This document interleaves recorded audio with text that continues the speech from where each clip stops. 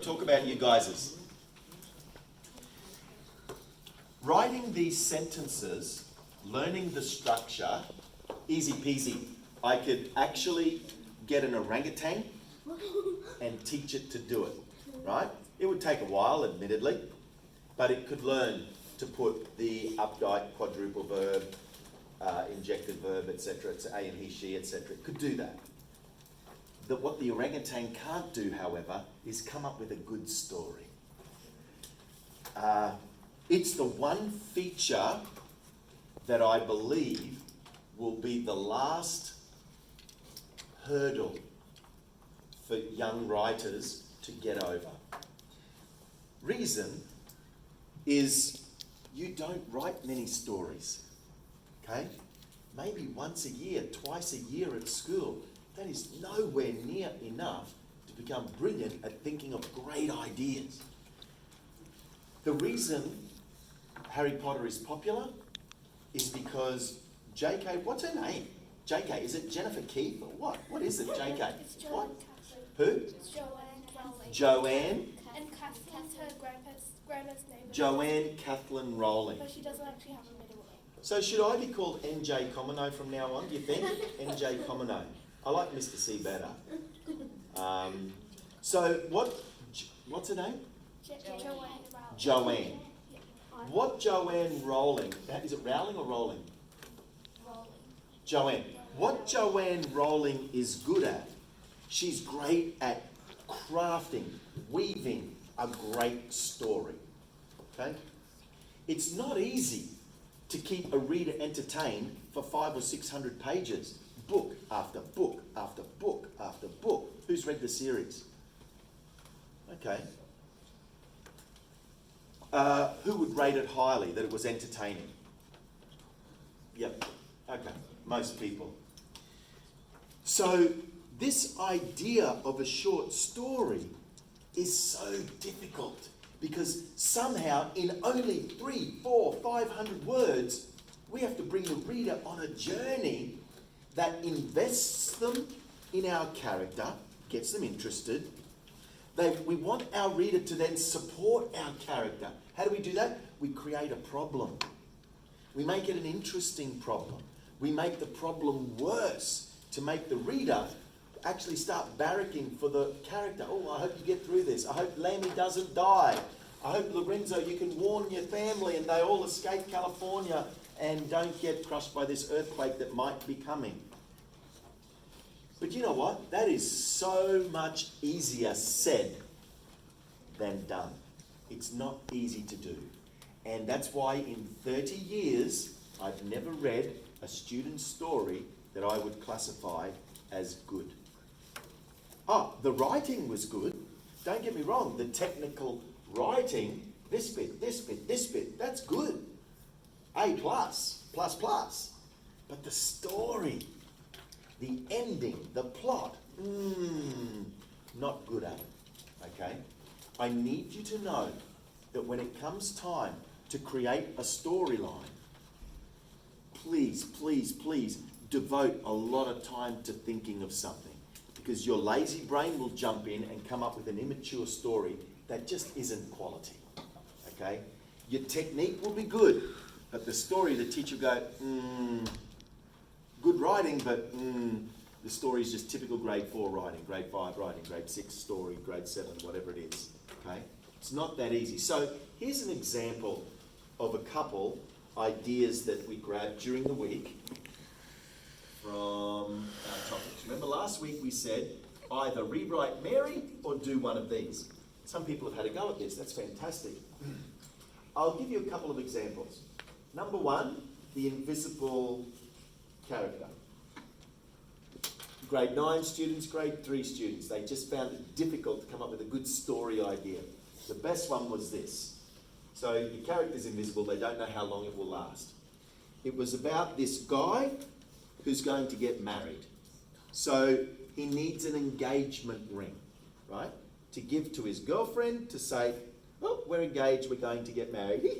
Like that, that's what they do. They go to their friends and have lunch. So how much would you spend on an engagement ring, roughly? 3,000. He's a keeper. He's a keeper. I was thinking $35. 3,000.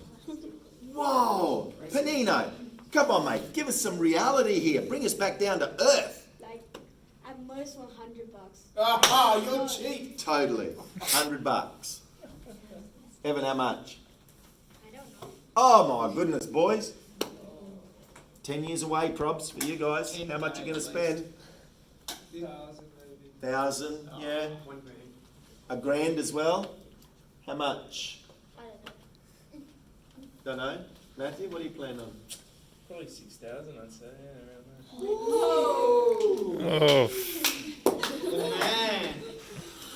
Dude, do you know for that much money, instead of a ring, you could buy a limited edition Frank Sinatra Monty Grappa fountain pen? What do you buy an engagement ring that much for? Take the pen. Italians aren't stingy. My gosh. So, this guy needs to buy an engagement ring. How very expensive, right? Very expensive. Can't afford. So, what he decides to do, he has this unique gift of becoming invisible. He decides, jewellery shop. I'm a law-abiding citizen. I don't use my invisibility for bad things. Just the odd pull down people's pants or whatever. But nothing bad. But this time he thinks, I don't want to do it, but how else can I do this? And true, she probably won't say yes unless I buy an expensive ring. Boys, that's what happens, right? So before you ask, you need to say, okay, I need to know right up front, how much will I have to spend so you will say yes? Okay? I don't know the answer to that. Jokes. So, he goes to a jewellery store, invisible, right? Invisible. And he's there at 4:58 p.m. because the shop shuts at 5, right? So this is where the story starts. Your story has to start where the action is going to take place. He does not wake up in his bed, go downstairs and have breakfast. He's at the jewellery shop. That's where the story starts. 4:58, manager comes out, staff comes out, they're pulling the doors down, and whoosh, he ducks in, right? He's got all night to choose a ring. $15,000, $24,000. It don't matter. He can pick whatever he likes. What was the sensor alarm? The He's one invisible, not going to find No, it. the No. one that detects motion. He's invisible. How's he going to get seen? The heat detector. Yeah. Motion. Ooh, His that's a motion. Heat complication. detector. That's a complication. Everyone knows when you go invisible, His you're motion. cold. His motion. He's invisible. There is no motion. Footsteps. His sound. Footsteps. Oh, sound. Yeah. Everyone knows when you're invisible in a jewellery store, you wear socks, right? He's silent. Yes. What about the end when he got the ring? His mother rejected her. But he already asked her, how much have I got to spend? And she said $24,000, so he's going to get the expensive ring. She rejected him. She's not going to reject him, dude. That's got nothing to do with my story. Okay, so what happens is this. He's now sleeping in the jewellery store overnight, but that's okay, because he's getting away with an expensive ring. No problem. It's now 8:58. Manager and staff are coming back. But as they're walking towards him, his invisibility's wearing off. Yeah, problem, complication, you see. But we decided for this kid's story, it's starting at the toes. So it's a race against time. Oh my goodness, I'm starting to become uninvisible. What's the opposite? Unvisible. Invisible. Yeah, invisible is when you're blank. Unvisible is when you become visible I again. think it's just visible. He's becoming invisible. No, he's invisible. He's becoming anti-invisible. So what happens is this. Manager opens the door and says to staff, what are those shoes doing there? And then the shoes run away.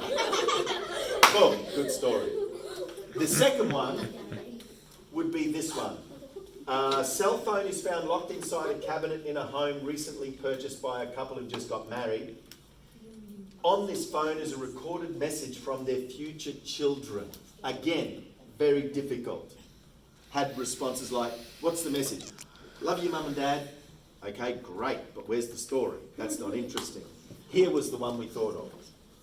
Here's the message on the phone, right? Mum, if you get this, please understand, Dad is not who he says he is. Run. Right? Cool story. Here's the complication. It was the dad that picked up the phone and read the message.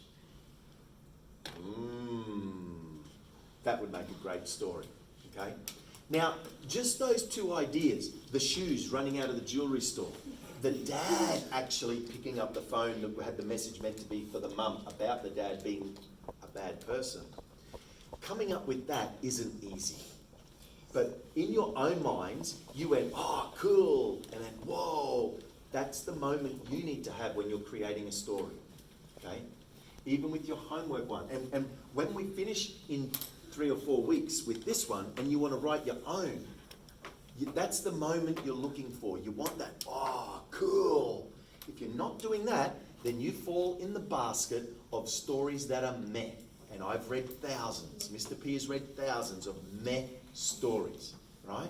You need that wow moment. That's why in that introduction, weeks back, I said it's the uh-oh, where you actually go, uh-oh, and then the wow, that was awesome. You need that for your stories. Mr. C, can you tell them about the whoopee cushion example? And the Oh, yeah. Because that's a good one. Yeah, we talked about in the other class, this kid's invisible and he plays pranks on his teacher. He puts a whoopee cushion on the chair, they sit down on it, and then what else did they do? Well, they touched the test paper and it went invisible.